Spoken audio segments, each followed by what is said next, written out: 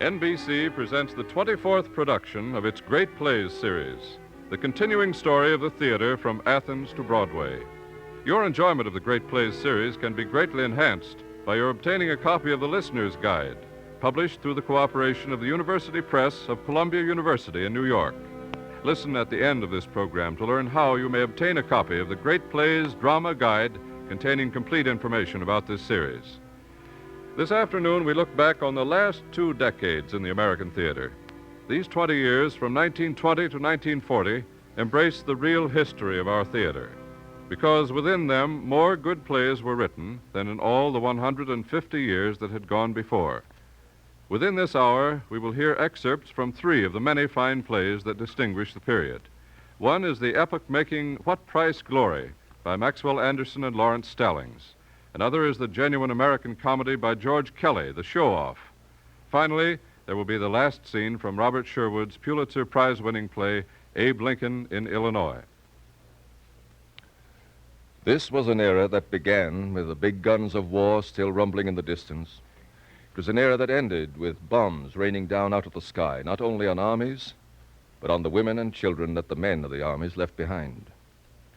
In 1920, we thought we had done with war forever, and the theater reminded us how horrible was the thing we had put aside with the play What Price Glory.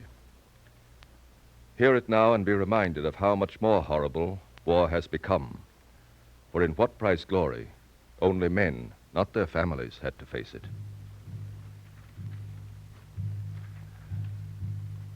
The scene is the wine cellar of a farmhouse in a disputed French town, headquarters of one Captain Flagg.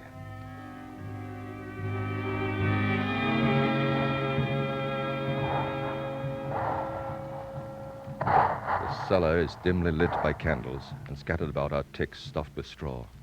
On 2 of them, men are asleep, tin hats on their heads, gas masks at alert on their chests.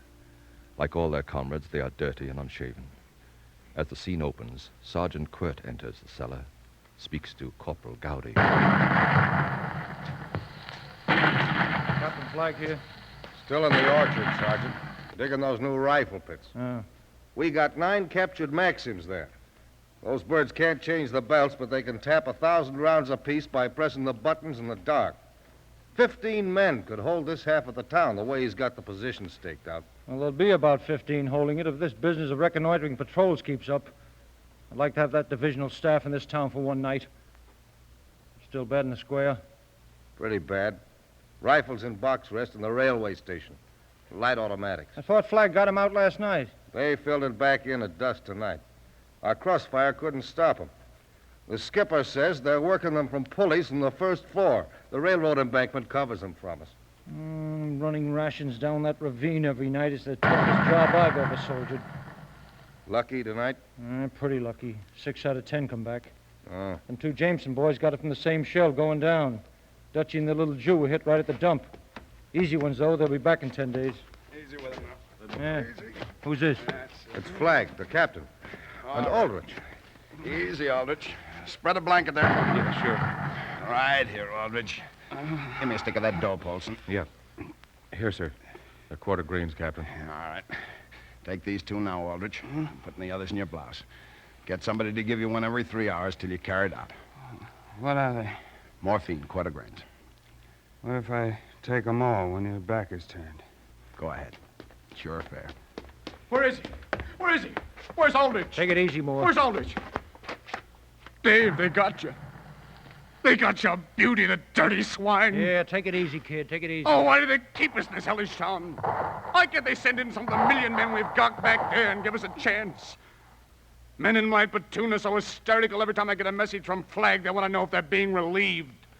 What can I tell them? They look at me like whipped dogs as if I'd just beaten them. I've had enough of them this time. I've got to get them out, I tell you. They've had enough. Every night the same way. And since 6 o'clock, there's been a wounded sniper in the tree by that orchard angle crying, "Comrade, comrade." Just like a big, crippled whippoorwill. What price glory now? Oh, why can't we all go home? Who cares about this stinking little town? You talk about courage, and all night long you hear a man who's bleeding to death in a tree calling you and asking you to save him. I won't stand for it. I won't stand for it. I won't have the platoon asking me every minute of the livelong night when they're going to be relieved. Flag, I tell you can shoot me, but I won't stand for it. I'll take him out tonight. Tell you, we'll get my word.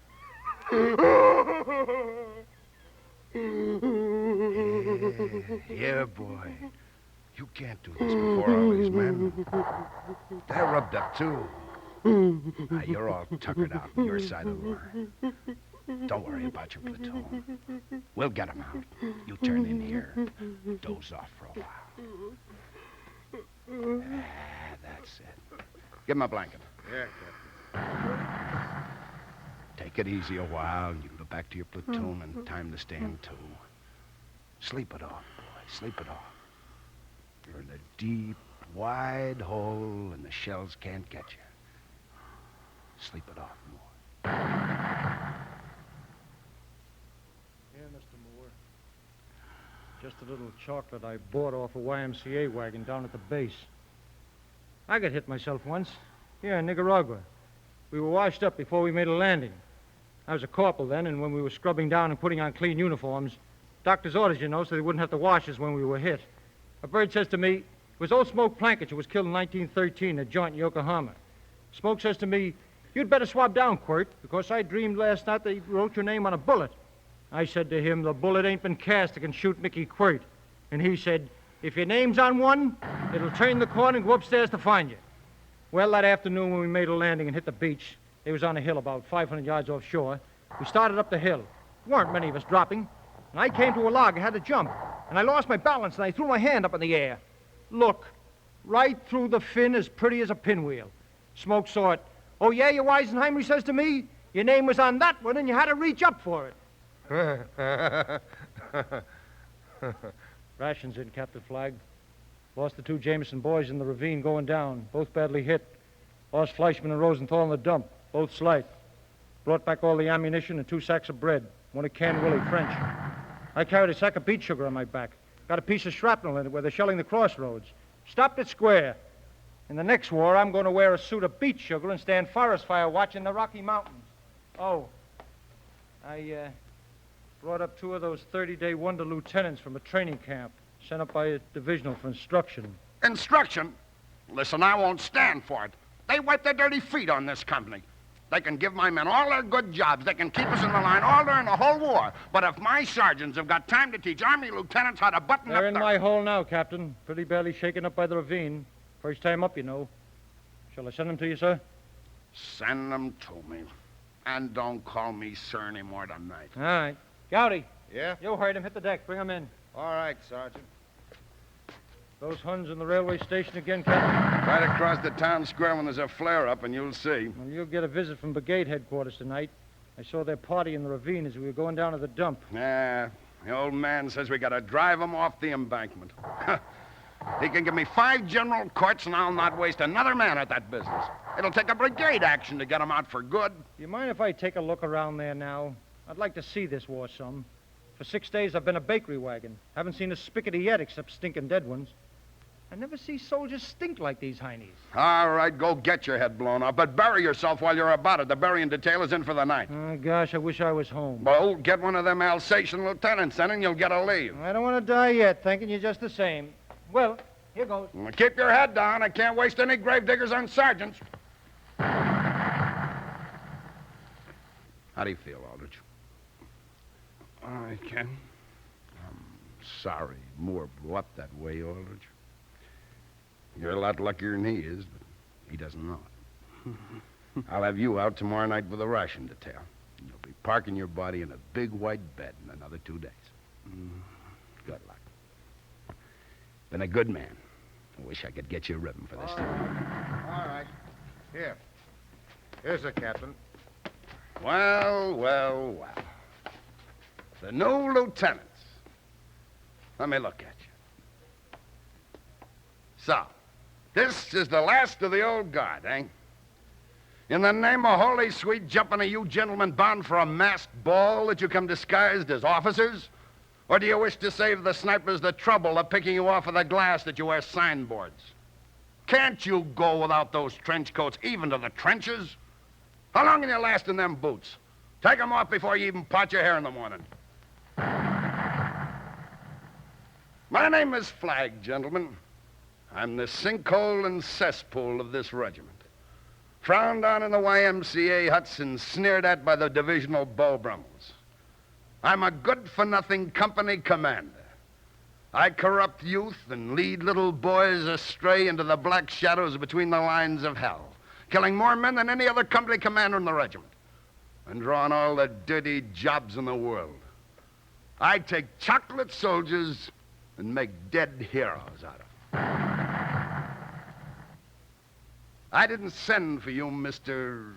Cunningham, sir. Not for you. Lundstrom, sir. And I confess I'm in a quandary. 4 days ago, I should have been more hospitable, for I had 4 gunnery sergeants then. Now I have 2, and I can't spare them to teach little boys how to adjust their diapers. I've no doubt that one of you is an all-American halfback and the other the editor of a college paper. But we neither follow the ball nor the news here. We're all dirt, and we propose to die in order that Corps headquarters may be decorated. I should be happy to receive suggestions as to just what should be done with you. I have it.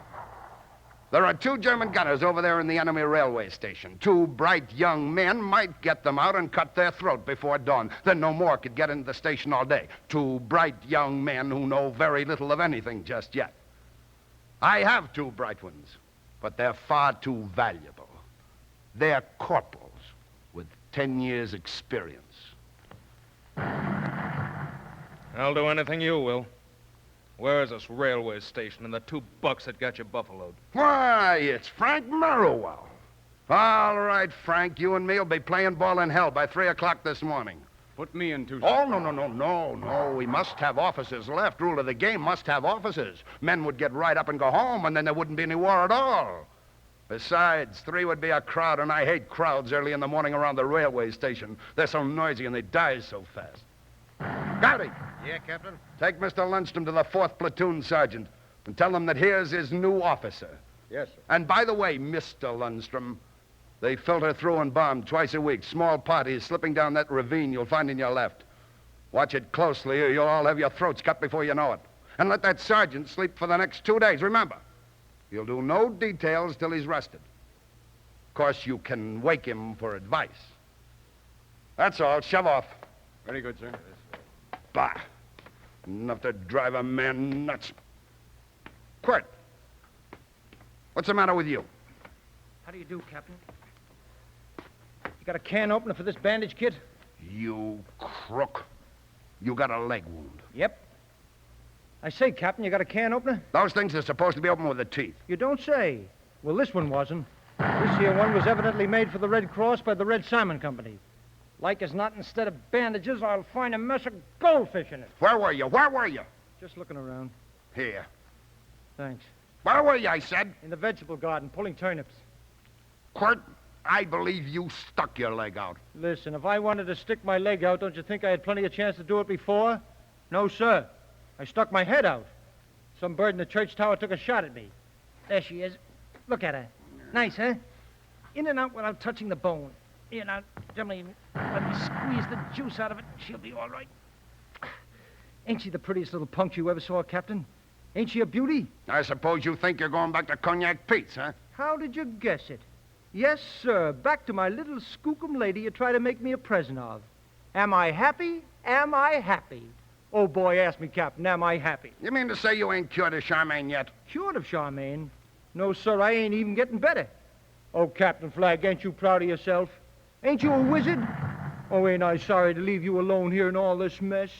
Think of her sitting on my lap, lighting my pipe in the kitchen, and you dodging machine guns. I wonder I don't bust out crying. You know, I wouldn't wonder if you got bumped off and never came back. As a matter of fact, I hope you get your head blown off. Yeah, you always did have a charming disposition. Oh, pretty baby, Papa doesn't mean to hurt you. Oh, look at Captain. I wouldn't take $100 mix for that little bumblebee that flew in my leg there. You feel pretty cocky, don't you? Well, you can't go out tonight. I guess you can work all right with that. You'll wait here till Cunningham and I get back with that Alsatian shaved tail from the railroad embankment. Then I get leave, The company gets a rest, and we both go back together. See? Not much I don't see. I've got a very important engagement back at Pete's place, and it can't be postponed, not even for the pleasure of your enjoyable company, such as it is. I don't wait for nothing in the world but a medical test. Why, you dirty... Yeah. Heard your first sergeant was hitting that turnip patch, Captain. Oh, here you are. Well, let's have a look. Yeah, right there. Mm-hmm. Can you walk, Sergeant? Well, that depends on what I see, mate. Go to the sick bay at once for a shot of tetanus, and then get out of here.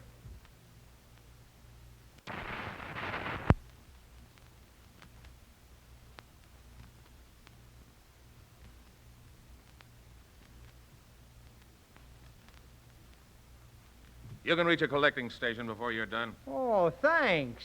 Oh, ain't this heartbreaking, Flag? Well, duty calls, but my eyes fill with tears at the thought of leaving my old company commander. I don't know as I can go through with it. Yeah, well, make it snappy, you'll find the door locked. Yeah? What door? Charmaine's. Huh. Are you wounded too, Mr. Flag? No, but inside 10 minutes I'm gonna be wounded or bumped off or have that prisoner for headquarters. Try to get killed, will you? To please me. Just this once. Mr. Cunningham. Yes, sir. Come here. Days. Guess you thought I was joking when I proposed that little expedition to the railroad embankments. I did not. When do we start? Well, I was. I was kidding. I'd no more to let you go in there, boy, than I'd knife you in the back. The air's full of steel this side of the embankment, and the Green Man has about as much chance as a cootie on Fifth Avenue. Are you going? I got official reasons for going, see? Brigadier wants a prisoner, and he also wants that nest wiped out. Also, I got private and personal reasons for wanting to catch up with that baboon that got the little present through his leg. Yeah, if you're going, that suits me. I ain't no green man. I can crawl on my belly. Yeah? Yeah, I'm a locomotive engineer. Been crawling under trains for 15 years. And several engines shot out from under me likewise. You think you can scare me with this here war? You ought to see a few railroad wrecks. Well, Mr. Cunningham, I'm inclined to think you'll do. You bet I'll do. All right. What do you say we block our faces and give a little party now that the guests will be asleep? Sure. I like the cut of your jib. You can lead me to it. But show me which one is the lieutenant so I won't hurt him. You from Texas? You hit it. Now I get you. So we got another Texan in this outfit wanting to fight anybody that ain't from Texas. Yeah, and I ain't no college boy neither. Good stuff. Now throw away them fancy dress clothes of yours and dip in here. Sure. Yeah, I was a locomotive engineer in the Louisiana Midland. 3 wrecks in my division last year. This war is sure a great relief to me. Yeah, I'm an engineer officer attached to infantry. My brother's still driving an engine back home. Had a letter from him last month. He said, "You dirty yellow sapsucker quitting your job on the Louisiana Midland? I knew you always was a yellow pup, but I didn't think you'd go back on the road that way." Now, if we only had a pretty little engine. Hey, what's that? A wreck. Don't shoot him! Don't shoot that man!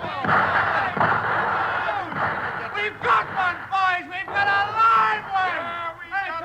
All right, mister, get in there! Okay, cease fire!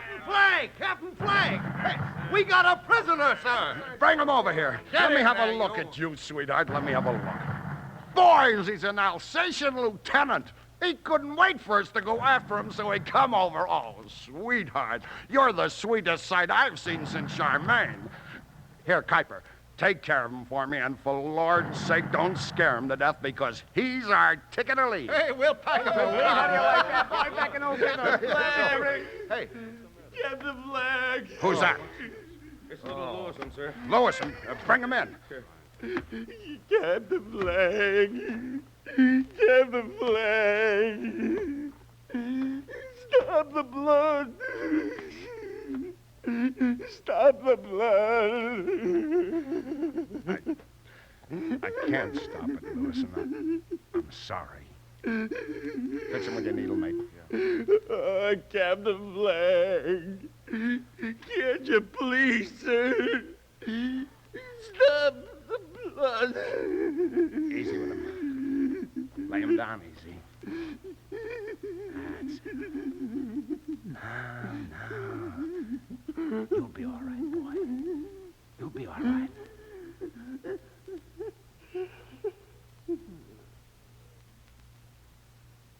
Yeah. You'll be all right.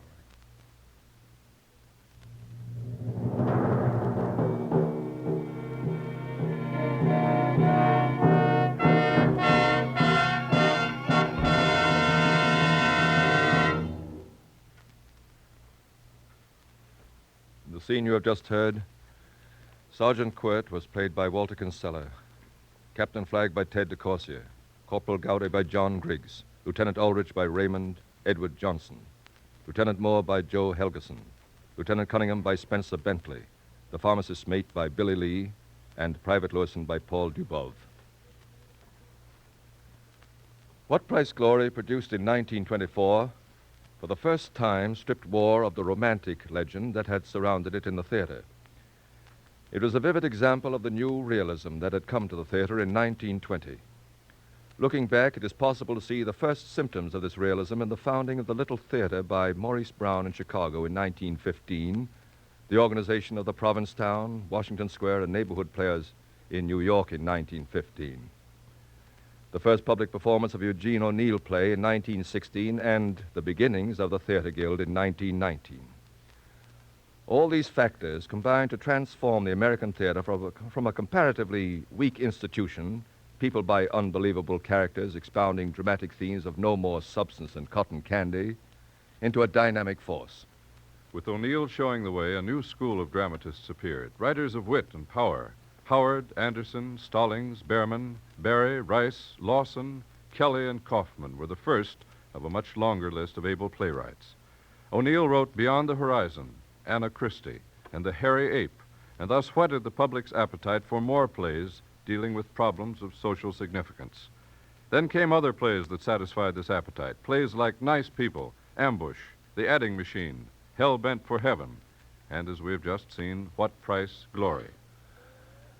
But as realism came to the theater, people outside the theater began to take on an air of unreality. For instance, it is a matter of solemn record that on a summer day in 1930, a flagpole sitter perched atop a theater building near Times Square, New York, made a momentous decision. He climbed down. Now, this action, as much as anything else, signaled the end of an era, the end of the gay and glamorous 20s. At the moment the flagpole sitter reached the sidewalk, another character of the era that was to follow was piling bright red apples on the top of a wooden box and putting into place a bit of cardboard with the device, apples 5 cents. As the former flagpole sitter passed the apple salesman, one era, in a manner of speaking, passed another.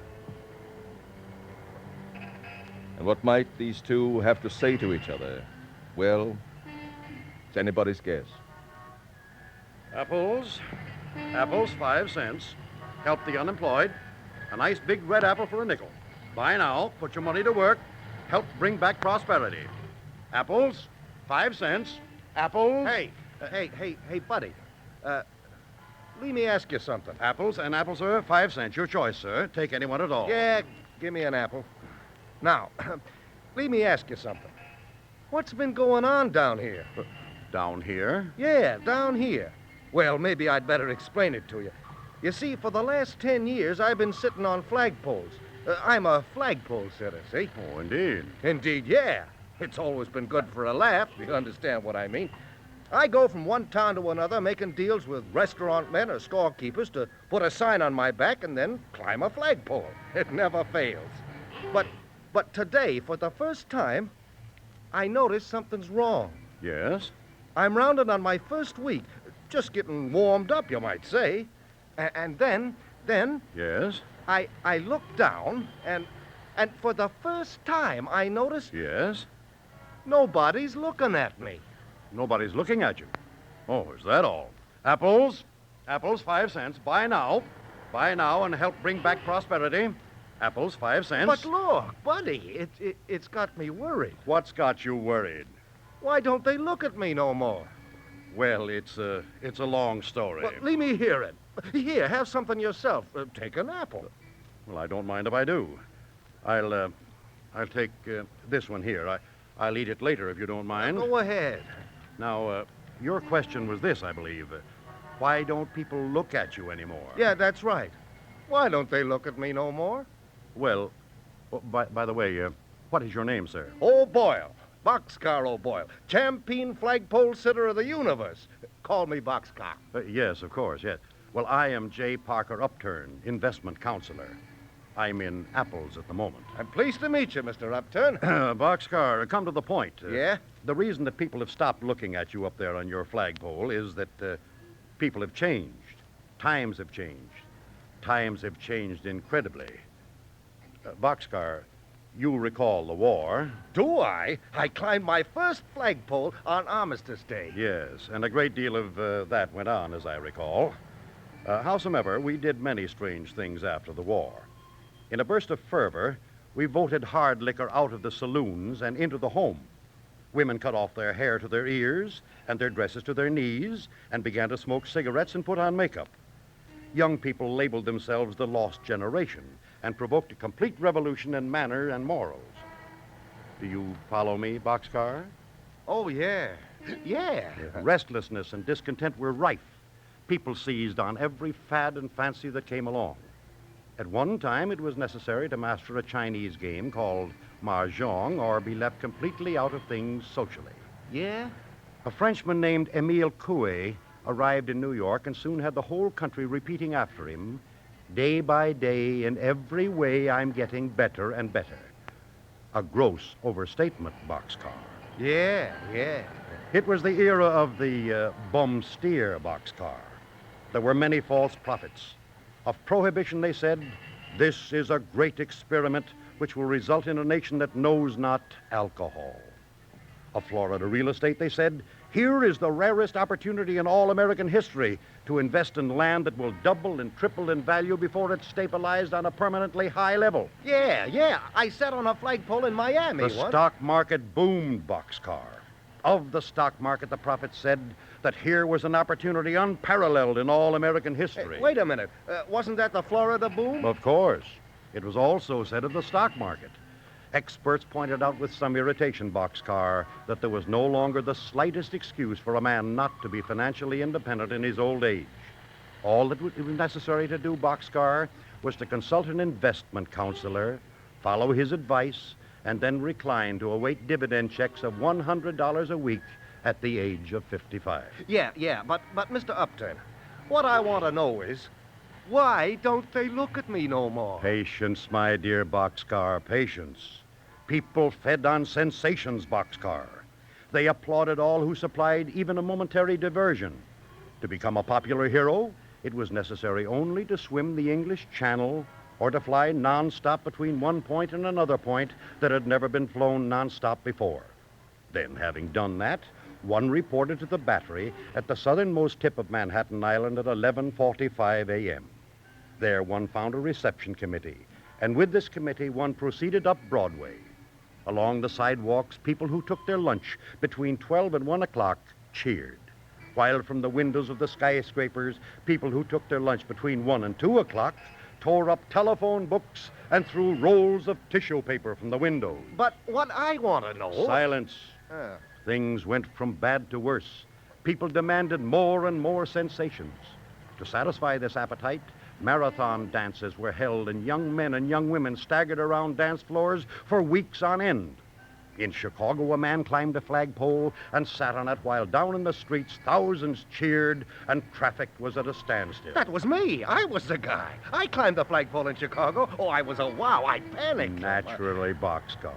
You, and along with you, mahjong, Émile Coué, crossword puzzles, New York receptions, bathtub gin. You were a symbol of the era. Yeah?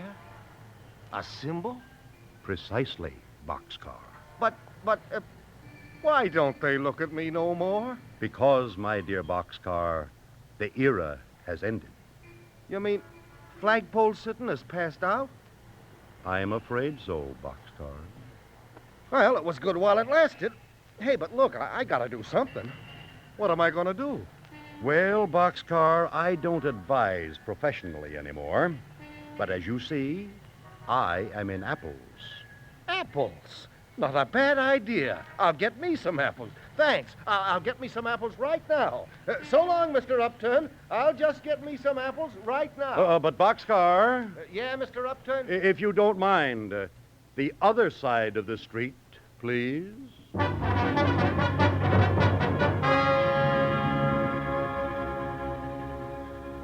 Despite the strange shenanigans of the world outside, from flagpole sitting, as interpreted by John Griggs, to apple selling, as interpreted by Fred Irving Lewis, the American theater was distinguishing itself in a radical departure from a tradition that included considerable ham acting and ham playwriting. I protest, sir.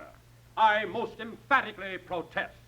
You protest what, my dear fellow? I protest your implication, sir, that the American theater offered nothing of consequence prior to 1920. That, sir, is a canard. Well, there are two sides to every question, Mr. My name is Herringbone, sir. Carter Herringbone. I take it from your stovepipe hat and beaver collar, Mr. Herringbone, that you were... I am an actor, Here, let me show you something. This clipping, a review from the Belleville, Illinois Argus. I played there in 1904. Read it alone. Now, the part about me is along toward the end. Oh, down here. Yes. It says Elsie Horter, John Haverford, and Carter Herringbone left little to be desired in the supporting roles. Well, it's a very good notice. It's just one of hundreds. Mr. Herringbone, as I say, there are two sides to every question. I was merely making the point that as an institution, the American theater was more vital and realistic between 1920 and 1940 than in all the years that had gone before. If you disagree... I disagree most violently. Now, mind you, I make no case for the 19th century. But since the year 1900, we have had an abundance of fine playwrights. Have you never heard of Belasco, of George Ade, of George M. Cohan, or Clyde, Sheldon, Gillette, Eugene Walter, and Louis Anspacher? Oh, of course. I don't mean to say a word against them. My only point is that the playwrights of the last 2 decades brought realism to the theater. They wrote about American problems. Oh, I forgot to mention Clyde Fitch. What about Fitch? Oh, excellent. Well, we had a play of his in this series. My point Your is that... point is rubbish, my friend, pure rubbish. Why, in my day, the theater was vital, alive. There was drama in the theater. Every village, every hamlet in the nation had a theater or an opera house, and New York companies visited them regularly. Why, Rip Van Winkle in Old Kentucky, and plays like that toured for years and years. I don't deny that theater-going was more popular, Mr. Herringbone. My point is that the plays themselves lacked significance. Significance? Rubbish. Who cares about significance? People go to the theater to be entertained. Well, perhaps, but I don't think playwrights should completely ignore what is going on in the world. They did, you know, for many, many years, but beginning with 1920... Now, be specific, my friend. Give me some problems they solved, these modern playwrights of yours. Well, I don't know if they solved any problems, Mr. Herringbone, but I'll tell you some plays that examined a few. For instance, after What Price Glory, the play They Knew What They Wanted exposed some of the difficulties of prohibition, among other things. Craig's Wife showed to what ends overzealous housekeeping could be carried. The Great God Brown reveals the attempts of a sensitive genius to adjust himself to a world which he finally concludes to be empty. There was a play called The Racket, showing how crime and politics were sometimes linked together. There was Gods of the Lightning, based on the Sacco Vanzetti case, and They Shall Not Die, based on the Scottsboro case. The Last Mile condemned overcrowded and mismanaged prisons. All very well, my good friend, but not good theater. People go to the theater to be entertained. Ah, yes, Mr. Herringbone, but our modern playwrights were entertaining, too. For instance, there was The Show-Off by George Kelly. I think you might enjoy meeting Mr. Aubrey Piper from that play, Mr. Herringbone. So if you'll make yourself comfortable, we'll have a look at him.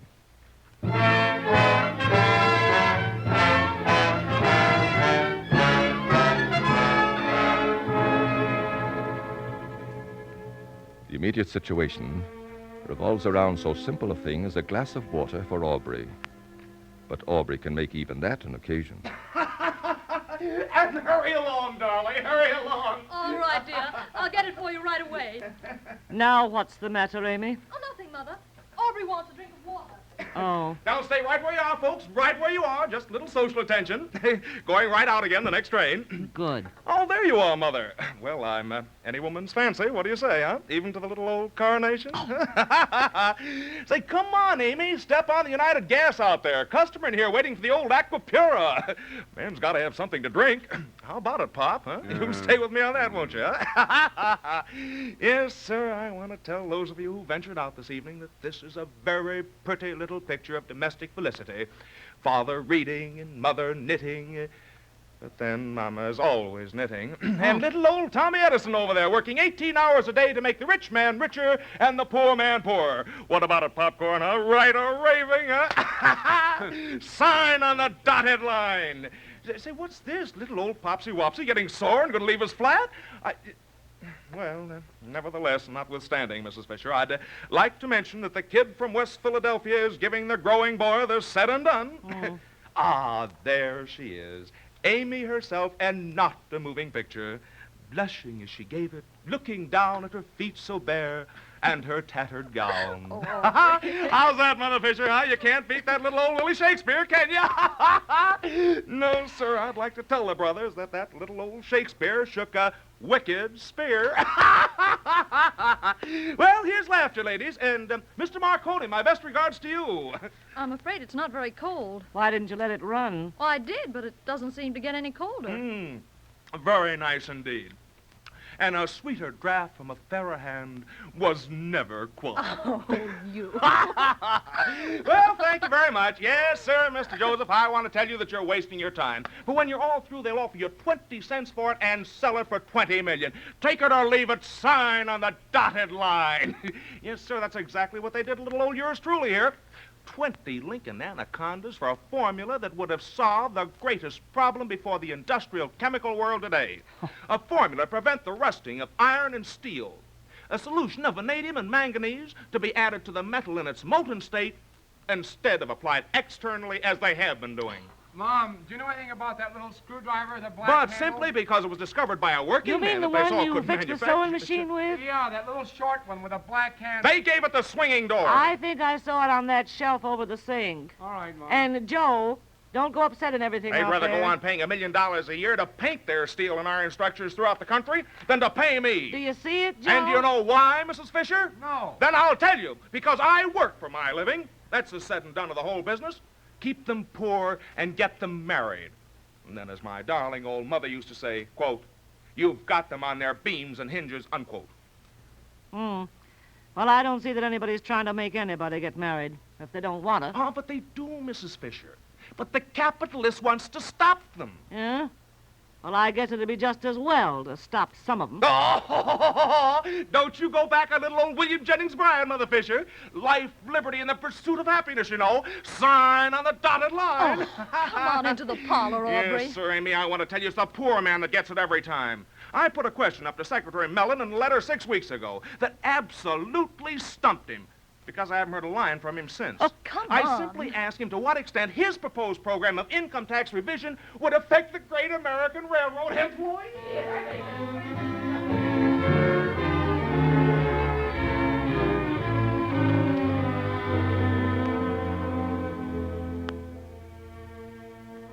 Her family to the contrary, Amy Fisher loves Aubrey, and in time they are married and established in 2 rooms up over a barber shop. Of course, Aubrey, who is making $32.50 at the moment, has grander plans. Now, Mother Fisher, I want a home. Something with a bit of ground around it, where I can do a bit of tennis in the evening if I feel like it. If you do, you'll pay for it. That's exactly what I expect to do, Mother Fisher. Not giving you a short answer, that's exactly what I expect to do. But I want what I'm paying for, I'll tell you that. No more of this old first-of-the-month business for this Bambino. Oh, no. He's all washed up and signed on the dotted line. They're not putting up any more houses from what I hear. Oh, be yourself now, Mother Fisher, be yourself. Well, where are they? Oh, you ought to go out along the boulevard some Sunday and see what they're doing out there. Yeah, well, there's no danger of you going out along the boulevard, except for a walk. A lot of people out that way, Mother. Well, if there is, they're paying a lot more than you're able to pay. Now, a man's got to live somewhere, Mother. Yes.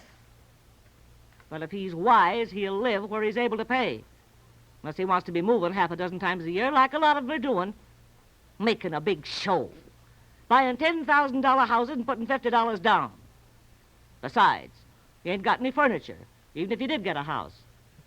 If you want to sit on the floor. Oh, the matter of furniture nowadays, little mother, is a very inconsequential item, from what I can gather. Oh, Well, you ought to price it sometime when you're in the city and see how inconsequential it is. I've investigated the matter very thoroughly, Mrs. Fisher, and I find that there are at least 15 establishments right here in this city that will furnish a man's house from garret to garage and give him the rest of his life to pay for it. Well, they'd have to give some of them the rest of their lives at the rate they're going now. Oh, give the growing boy a chance, Mrs. Fisher. Give the growing boy a chance. Do you know what Mr. L.D. Brophy of the American Can Company said in the September number of the American Magazine, don't you? No, Well, I'll tell you. He said, quote, I would say to the innumerable host of young men standing on the threshold of life, uncertain and mayhap dismayed, as they contemplate the stress of modern industrial competition, Rome was not built in a day, unquote. Those were his very words. I wouldn't kid you. And I think the old boy's got it right, if you ask me. What are you going to the automobile show tonight for? Repeat the question, Mrs. Fisher, if you please. I say, what are you going to the automobile show for? Married 5 months ago today, Mother. Got to celebrate the happy event. I see. Besides, one never knows what a day will bring in the way of an opportunity to satisfy a long-felt want. No. And since she knocks but once at each man's door, the kid here doesn't want to miss his chance by any uncertainty as to just what choo-choo he prefers. Well, gotta run along now, Mother. Let's see if baby's back in the house yet.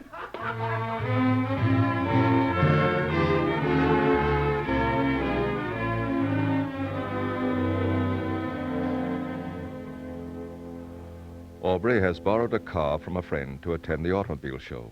He returns with his head bandaged, but otherwise master of the situation as usual. Little mother, control yourself. I assure you there's no occasion for undue solicitation. Oh, good evening, Mrs. Highland. Hello. What happened to your head? You look like a bandit. Oh, the veriest trifle, Mrs. Highland. Just a little spray from the windshield. And the car is smashed too, I guess.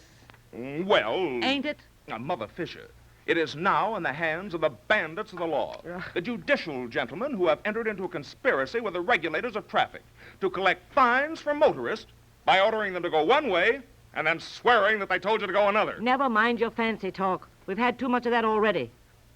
I want to know who you killed or what you run into, for I know you ran into something. Why, Mother And Fisher. just where is the car someone was fool enough to lend you? The automobile, little mother, is perfectly safe. Parked and pasturing in the courtyard of the 22nd and Huntington Avenue police station. And did you get arrested, too? I accompanied the officer as far as the station house, yes. And I told them a few things, too, while I was there, about the conditions of traffic in this city. Guess they told you a few things, too, didn't they? Beg pardon? Oh, never mind. You're welcome. What'd they do? Fine you, Aubrey?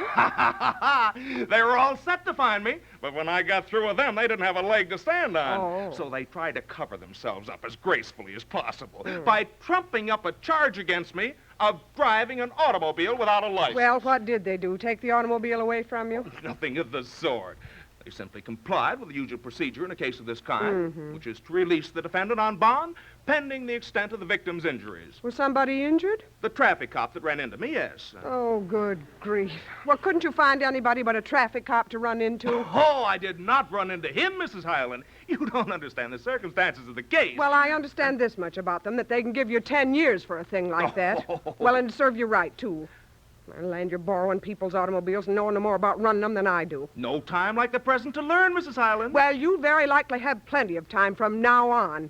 That officer's seriously injured. Well, he was faking a broken arm around there when I left. But it's a wonder to me that the poor straw ride wasn't signed on the dotted line because he ran head-on right into me.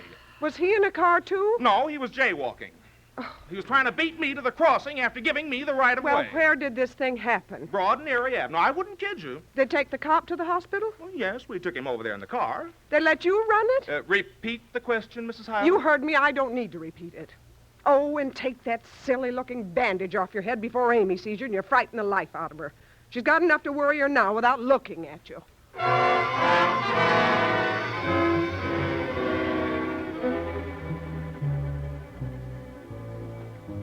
In the end, though, Aubrey has his day.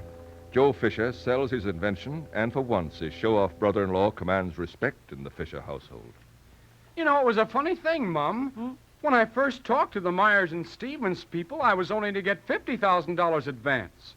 And when I went up there today, they had the contracts all made out for $100,000. I'm getting away with murder at that, too. Oh, keep still. You don't know anything about this at all. Well, I made them think I knew something about it. You made who think? The Meyer and Stevens people. Do you know what you're talking about, Aubrey? Certainly I know what I'm talking about. I went to see those people last Saturday afternoon, after you told me that you talked to them. And what'd you do up there? Well, I told them that they'd have to double the advance if they wanted to do business with us. And what business was it of yours? Well, I'm Joe's guardian, ain't I? Who told you were? Well, he's got to have somebody tend to his business, doesn't he? Why, he's only a lad. He don't need you.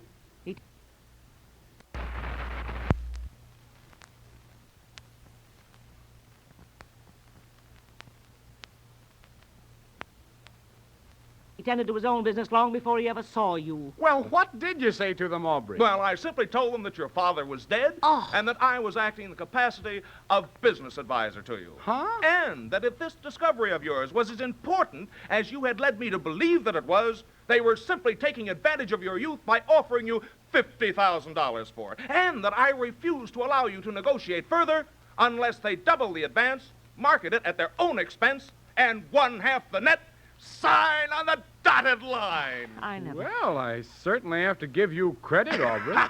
That's just the way the contract reads. Yes, I told it to them, and I told it to your lawyer, too. I'll have to give you a little present of some kind out of this, Aubrey. Oh, you'll not give me any present, Joe. Give it to your mother.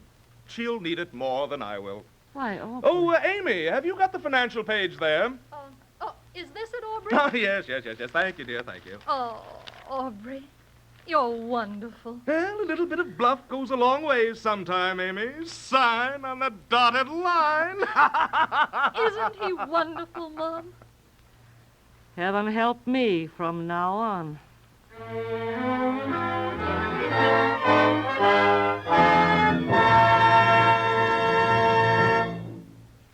In these excerpts from the show-off, Aubrey Piper, the show-off himself, was played by Spencer Bentley, Amy Fisher by Elaine Kent, Mrs. Fisher by Florence Malone, Joe Fisher by Joe Helgeson, and the married Fisher daughter, Clara Highland, by Betty Kane. Well, Mr. Herringbone, I should think the show-off would supply even your appetite for entertainment in the theater. Ah, indeed it does. But I didn't detect the playwright wrestling with any great problem in it. You're supposed to be making some such point, you know. I haven't forgotten, Mr. Herringbone. Let's get into the 1930s. The decade opened with a biting musical satire directed against political machines called Of Thee I Sing, as entertaining as it was significant. Then Eugene O'Neill wrote a psychological study of a family's decay. Mourning becomes a lecture. The Animal Kingdom attacked traditional marriage ceremonies, and Both Your Houses exposed the lack of genuine representation in government. Sidney Kingsley wrote Men in White, presenting the doctor's dilemma in choosing between life as ordinary men live it and service. Bury the Dead came along as an attack on propaganda, a play that would not have been well received if What Price Glory had not paved the way for it. Are you finished? Not yet, Mr. Herringbone. Robert Sherwood wrote The Petrified Forest with a theme that intelligence could no longer believe in anything, not even in itself. Clifford Odets wrote Waiting for Lefty, an attack on gangster-ridden unions. Sherwood returned with Idiot's Delight, another play revealing the horrors of war. And so it went. Plays like Dead End, Winterset, High Tor, The Women, Of Mice and Men, Golden Boy, The Little Foxes. These and many other plays, Mr. Herringbone, rang true. They were written with an eye to what was going on in the world about us, an attitude that didn't exist in your day of just entertainment in the theater, Mr. Herringbone. But what did it all prove? Oh, I don't know what it all proved, Mr. Herringbone. And as the 1930 decade drew to a close, men wondered what anything proved. Men were confused and looked about them desperately for something to hold to as the world rushed to the brink of chaos. And as they sought the answer, Robert Sherwood wrote a play called Abe Lincoln in Illinois. And in it, a man spoke from out of the past, and people took hope from his words.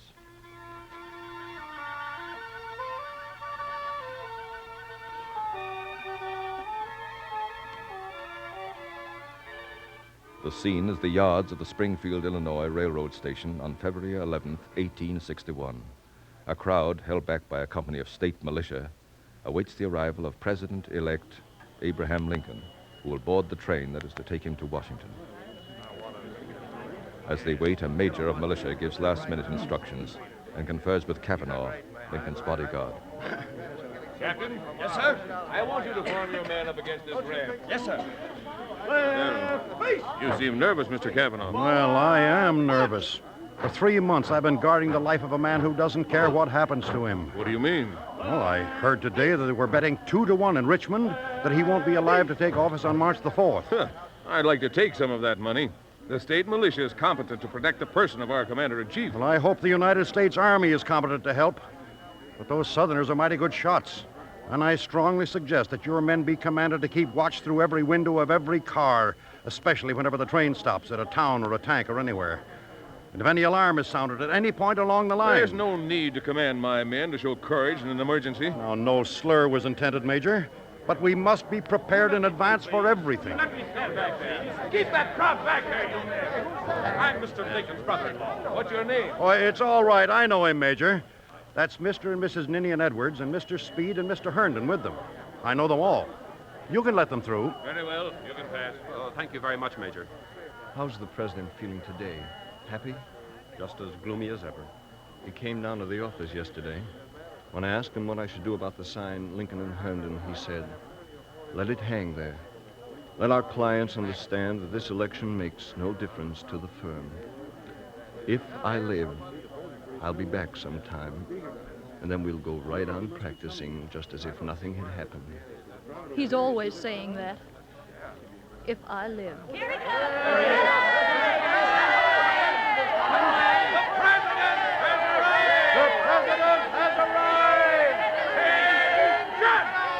Would you folks mind stepping back there? We want to keep this space clear for the president's party.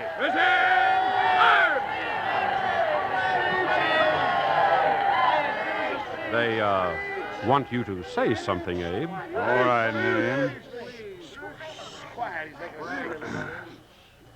I have to say goodbye to you. I'm going now to Washington with my new whiskers, of which I hope you approve. Hey, let me through here. I want to get through. It's all right. Let them come in. They're all old friends of mine. Well, I tell you, let me through, it'll be all right. No one, not in my situation, can appreciate my feelings of sadness at this parting. To this place and the kindness of you people, I owe everything. I have lived here a quarter of a century and passed from a young to an old man. Here my children have been born and one is buried. I now leave, not knowing when or whether ever I may return.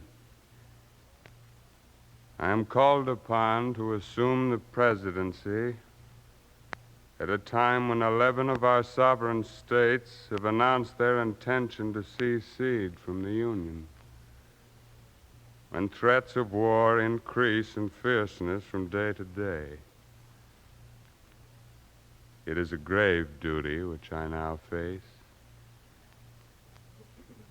In preparing for it, I've tried to inquire what great principles or ideals is it that has kept this union so long together.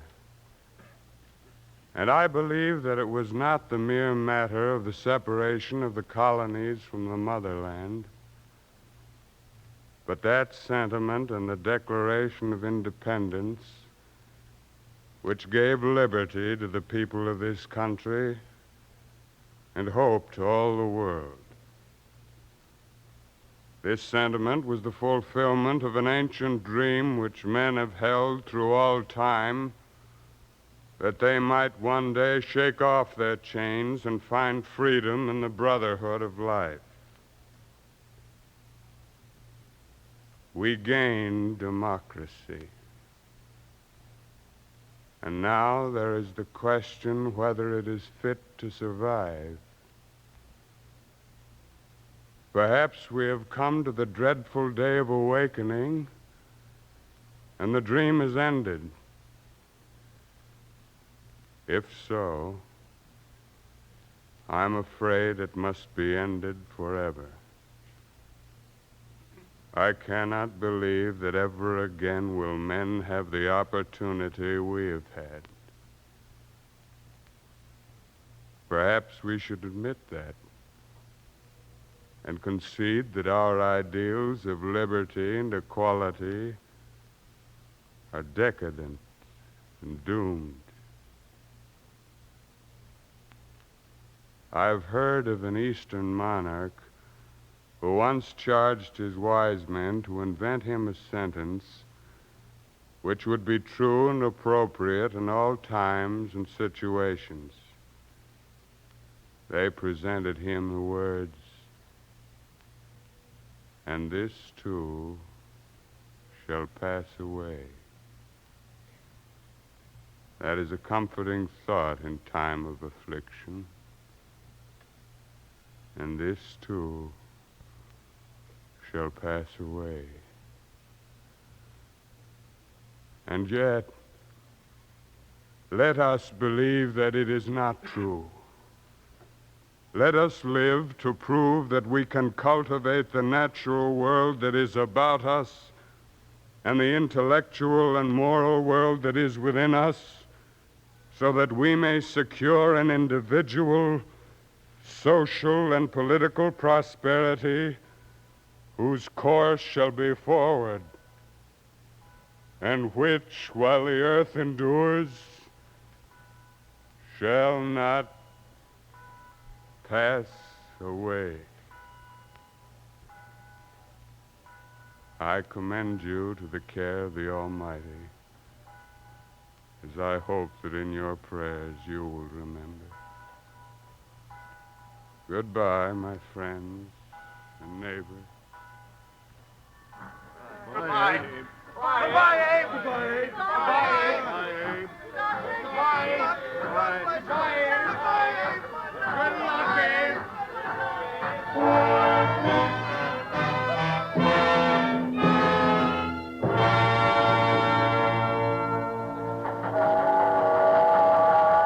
Lincoln was played by Raymond Edward Johnson, Kavanaugh, his bodyguard, by Fred Irving Lewis, Ninian Edwards by Jack Davis, Billy Herndon by Paul Dubov, the Major by Billy Lee.